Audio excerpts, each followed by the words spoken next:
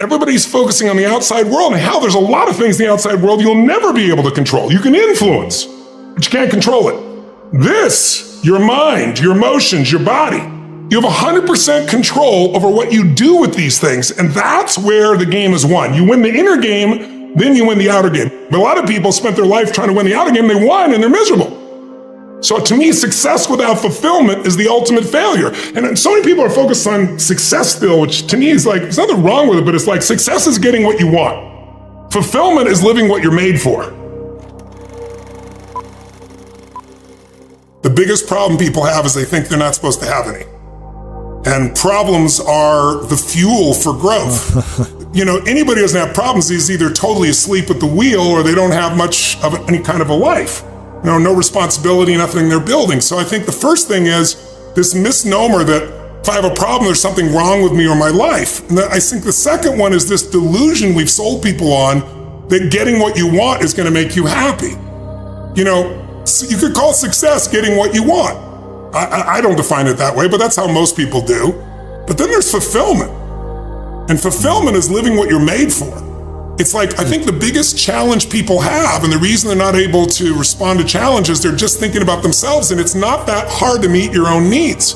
And it's nobody's fault. I mean, these little things in our pocket, these little mini computers we used to call phones, they're constantly conditioning you to instantly get what you want. And that's not how human relationship works. And that's sure as hell not how you build a business. And there's nothing wrong with going for success, but you really got to figure out what you're made for, and nobody knows in the beginning. So you start where you are and you do what's in front of you, do what's next, and you keep growing until you start to discover, hey, this is my real passion. This is my real hunger and drive, and it can change. People go for 5, 6, 7 years, and then they usually question their business, their career, their body, their relationships.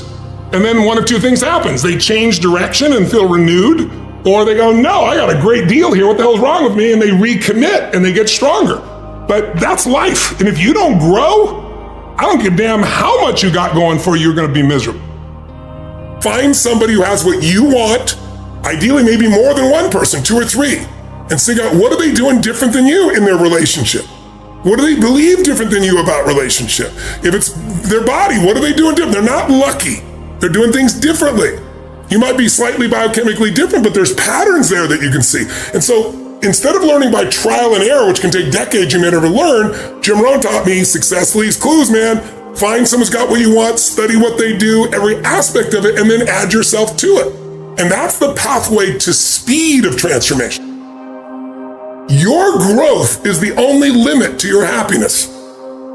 If you're not happy, you're not growing in some area. And usually it's a place where you're blaming, you're pointing the finger. I don't care if it's government. Don't get me wrong. People can be unfair, unjust. That's for sure happens. But you can't control that.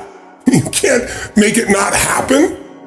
What you have to do is become stronger than any of it so you're free. Freedom comes from growth. Freedom does not come from control. Because control is an illusion. You can't control everybody. No matter how hard you try, you can't control what they think or feel. And not everybody's going to be fair and just. And you, my dear friends, and I have not always been fair and just. Whether we admit it or not, it's just the nature of being a human being. But we can make the largest pattern fair and just and loving and powerful and serving and growing until it becomes the dominant thing inside you. And then you experience life as being great, not you're great. Life's great because you're living a great path. People that are scared to speak are thinking constantly, how am I doing? Am I good enough? Am I strong enough? You'll never get confidence. Confidence comes from doing something. Confidence is tying your shoes. Right? Confidence, Michael Jordan making 1,000 shots before you take a break. Every single day, 6 days a week. So you look at Jordan or you look at, LeBron or you look at anybody who's the best in the world at what they do and you go, aren't they lucky? But if you actually study them, you'll see they're doing things, they're practicing in private things that make them certain in public and they get rewarded for what they do in public. Yeah. And you got to do the same. Self-esteem is earned. It's only earned by you with yourself. You're not going to get self-esteem because everybody praises you. Someone can tell you your whole life that you're brilliant, you're a genius, you're beautiful, you're handsome, and you not believe it. Someone can tell you you're a piece of crap and you're never going to become anything. And there's a part you can say, I'll show you, as many people have, and then they'll develop drive out of it, right? So it's really, self-esteem comes from doing incredibly difficult things where you know you pushed yourself. It's not virtue signaling. It's not telling people about it. It's what you know inside your soul is true. The most important thing for self-esteem is to find something you care about more than yourself. As long as you're in your own head, the nature of the mind is reductionism, right? Good, bad, right, wrong, all those types of things. Of course, life is much more, many different hues than that. And so when you find something you care about, whether it's your kids or whether it's something, your job, your career, whether it's a mission you have, or that's something you want to bring to the world, nonprofit, doesn't matter what it is. If you find something you care about more than you won't be thinking about yourself all the time, and all your self-esteem just goes out the window. I mean, it's just, when I hear it, it's just so mamby-pamby BS. You know, you're going to battle with internal things within you and external things. But if you keep going, you're going to eventually slay your dragons and you come out and the hero of your own life and you have something to share that isn't bullshit. It's not something you read somewhere. It's something you've lived. Something you want. And everybody can feel you've lived it because it's a different level of ownership, you know? And then, by the way, as soon as you do that, it happens again. You're called on another journey. You have a new level of challenge that you need to go on. It just never ends, but it makes life really, really beautiful. One of the things you have to understand about life is everything changes and everything ends. And that kind of sounds heavy on the front end, but it's a truth. If everything changes and everything ends, number one, it should make you appreciate what you have right now. And then my view is what's next is always better. If I make it so, it's my job to make it so. Your biography is not your destiny. And it doesn't matter what you've been through. What you decide now is what's going to control your life. What you decide each day going forward is going to decide your life. Look where I am right now. Because I wouldn't assemble the story that my past equals my future. The past only equals your future if you live there. If you're using a rear view mirror to guide yourself, you're gonna crash. So what you've been through is horrific. What you've been through is unjust. I'm on your side. But if you hang on to it, you have no future and you have no one to blame but yourself. Good times create weak people. Weak people create bad times. Bad times create strong people. Strong people create great times.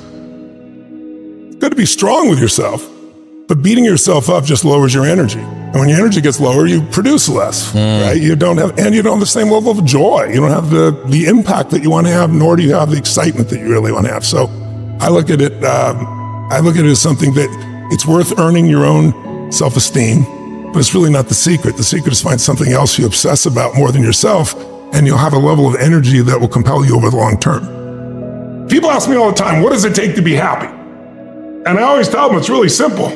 One word, progress. Progress equals happiness. If you keep growing, you're gonna feel alive. And if you keep growing, you're gonna have more to give.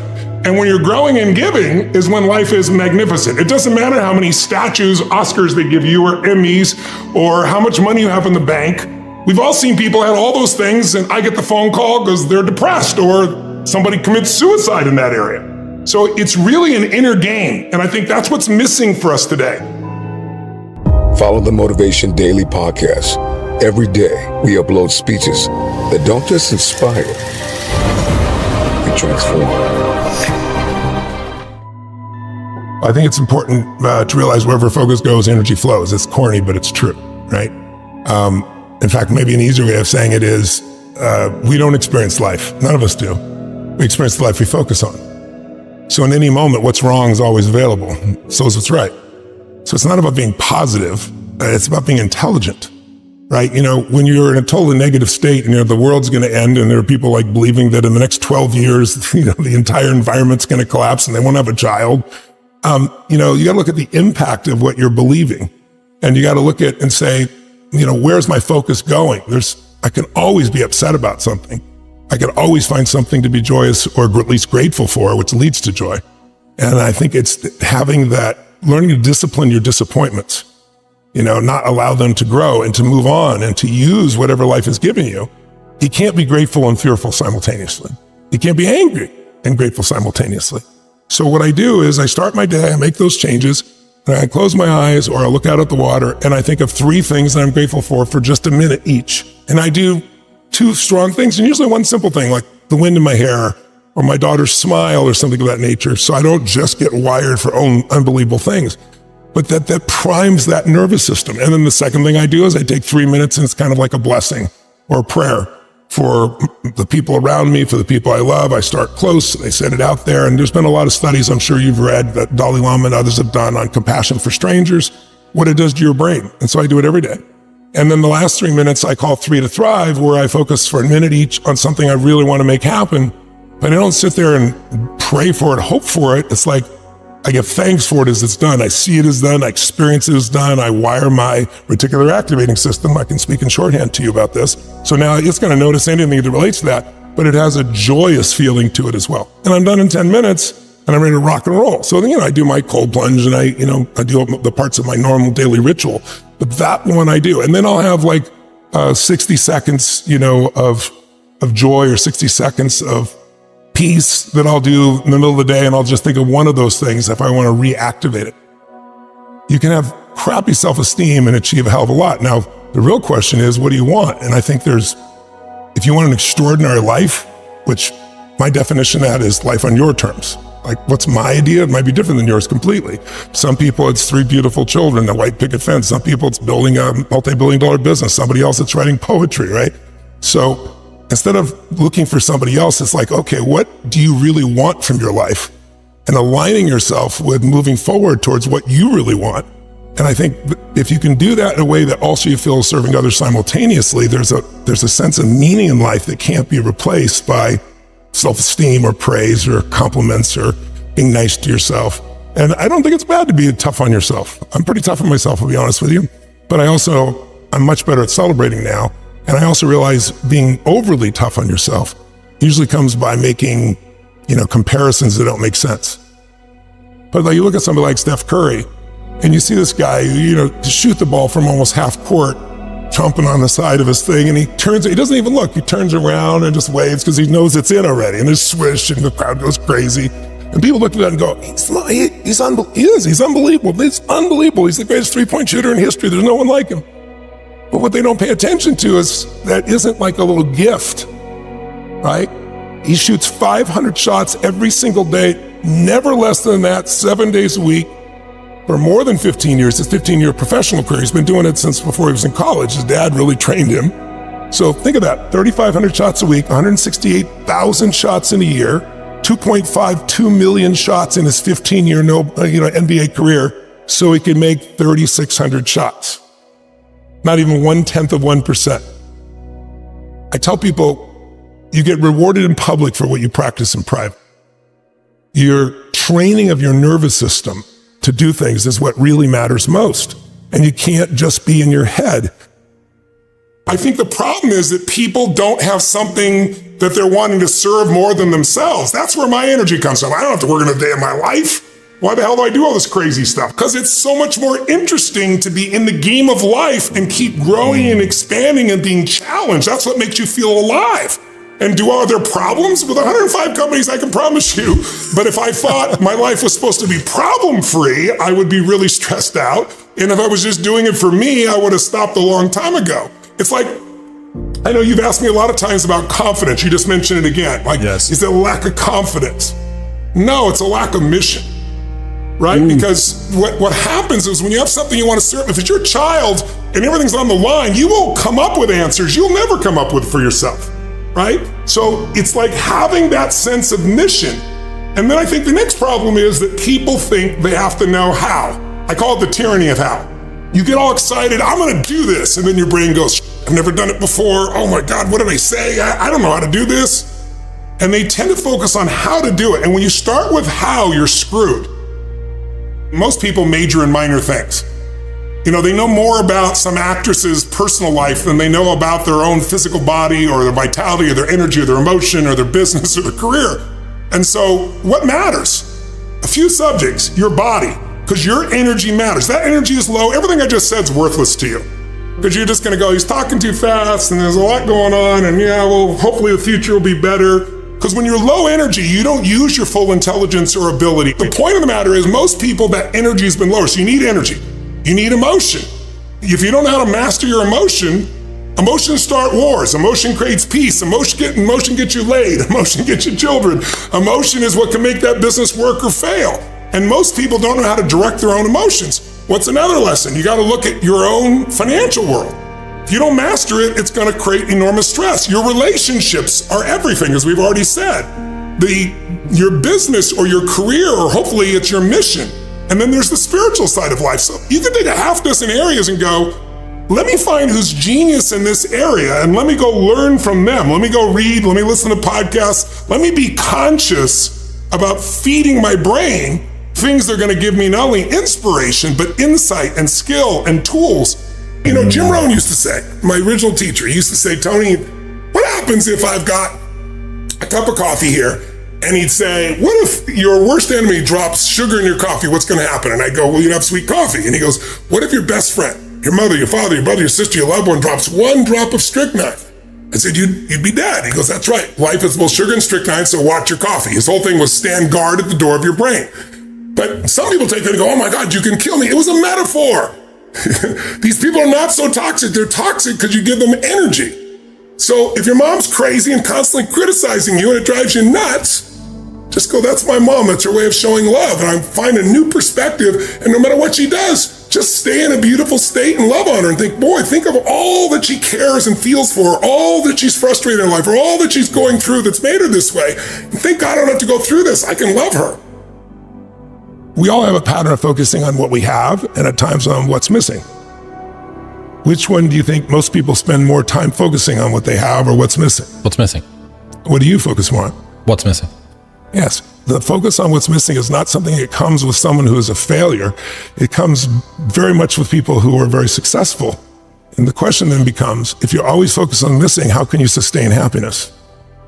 You're in a permanent place of lack. That's correct. So scarcity is there. So you'll have drive, right, to keep staying on the hamster wheel of achievement, but you're not going to see much fulfillment, and not in a sustainable way. It's impossible. It has nothing to do with you or me, right? It's just software. And we got a soul. We're not software, but you run your software so often, you start thinking your mind is you versus my mind is a tool that I'm going to use. Or if I don't use it, it's going to use me. I think passion is the genesis of genius. If you've got enough passion, you're going to find answers nobody else does. But most people run out of fuel, meaning they get tired, they get exhausted, they get burnt out, they get, the law of familiarity. They're around something so much, they take it a little bit for granted. And I've managed to see something in myself that I found in every great leader that I've ever respected, and that is the sustained hunger. Hunger is the number one factor. When I see somebody, I don't care what age they are, I don't care what their background is, if they're hungry to improve, to change, to make something happen. I mean, if you look at Richard Branson, he's as hungry today in his late 60s as he was at 16 years old in that crypt starting Virgin. Leaders anticipate, losers react. If you can anticipate what's coming, you can really take advantage. If you wait till it hits you, you're in trouble. So I think we're in a time where it's gonna be a better year if you're willing to be better, right? You know, winter can be a beautiful time. As you've heard me say before, you can freeze to death, or you can ski and snowboard and have a great time with your family and build something. And so then when spring comes, you can really take advantage. But if you look at the world, the most successful businesses started in a winter. 68% of the Fortune 1000 were started in either a recession or a depression. I don't care if you're talking about Disney or Exxon in the depression or Pizza Hut or FedEx in a recession or Apple in a recession. So this is your time, but you have to get your head straight and you got to get your energy strong. And that's not easy when most people are shoved in their houses and isolated and heard nothing but fear. So you got to take back control. I grew up in a pretty rough environment. My mom was a beautiful soul, but when she drank alcohol and she mixed it with prescription drugs, it was a different creature, and it was a violent creature. If my mother had been the mother I wanted her to be, the mother she should have been, I would not be the man I'm proud to be today. Because I had to become a practical psychologist way before any schooling, figure out when's she gonna go in the mood, how do I change her state, how do I protect her from the kids, it felt life and death, and it was to some extent. So I developed skills at such a young age. Then when I learned things, I just added to my skills, but I had a core sense of certainty that I could turn anybody around because it started with my mother. But if your parents, if the people around you said all the things you thought they should have, if they had just not been toxic, if they'd encouraged you, you wouldn't have any muscle. And right now you don't have any muscle because you're using that as the excuse if you're thinking that. And I'm not attacking you, brothers and sisters. I'm calling to you because I know you're more. Otherwise, I'd just keep my mouth shut. You've been hypnotized by a culture of weakness. So I could have been messed up for life, but I didn't. Because something inside me says, I'm responsible for this life. And part of that is because I started reading when I was 13, 14 biographies of people, the greatest people in history, and reading their lives and finding out, guess what? Their lives were far from perfect. Some of them had worse lives than I had. But when you have no reference and all you do is go online, you talk to other people, making everybody else toxic, and I'm like this, and they didn't do that, then you get to have this shitty life just like those other people. Why are they online so much? Because they don't have a life, right? Don't be one of those. Free yourself. I think anybody gets wired to grow and give is going to have a really fulfilling life. It doesn't matter what you choose to do, you're going to be alive because you're going to make progress. And because you made progress, you have something to give. And we all, like, some people think they just want to get, but you get, and it's pretty damn boring, and it doesn't really expand your sense of identity of who you are. But if you're constantly growing and then taking what you learn, you're so excited about it, you share with other people and their life gets better, whether that be software you make or dresses you design or, something you do in the health space that really gets people to enjoy their food while they're eating well.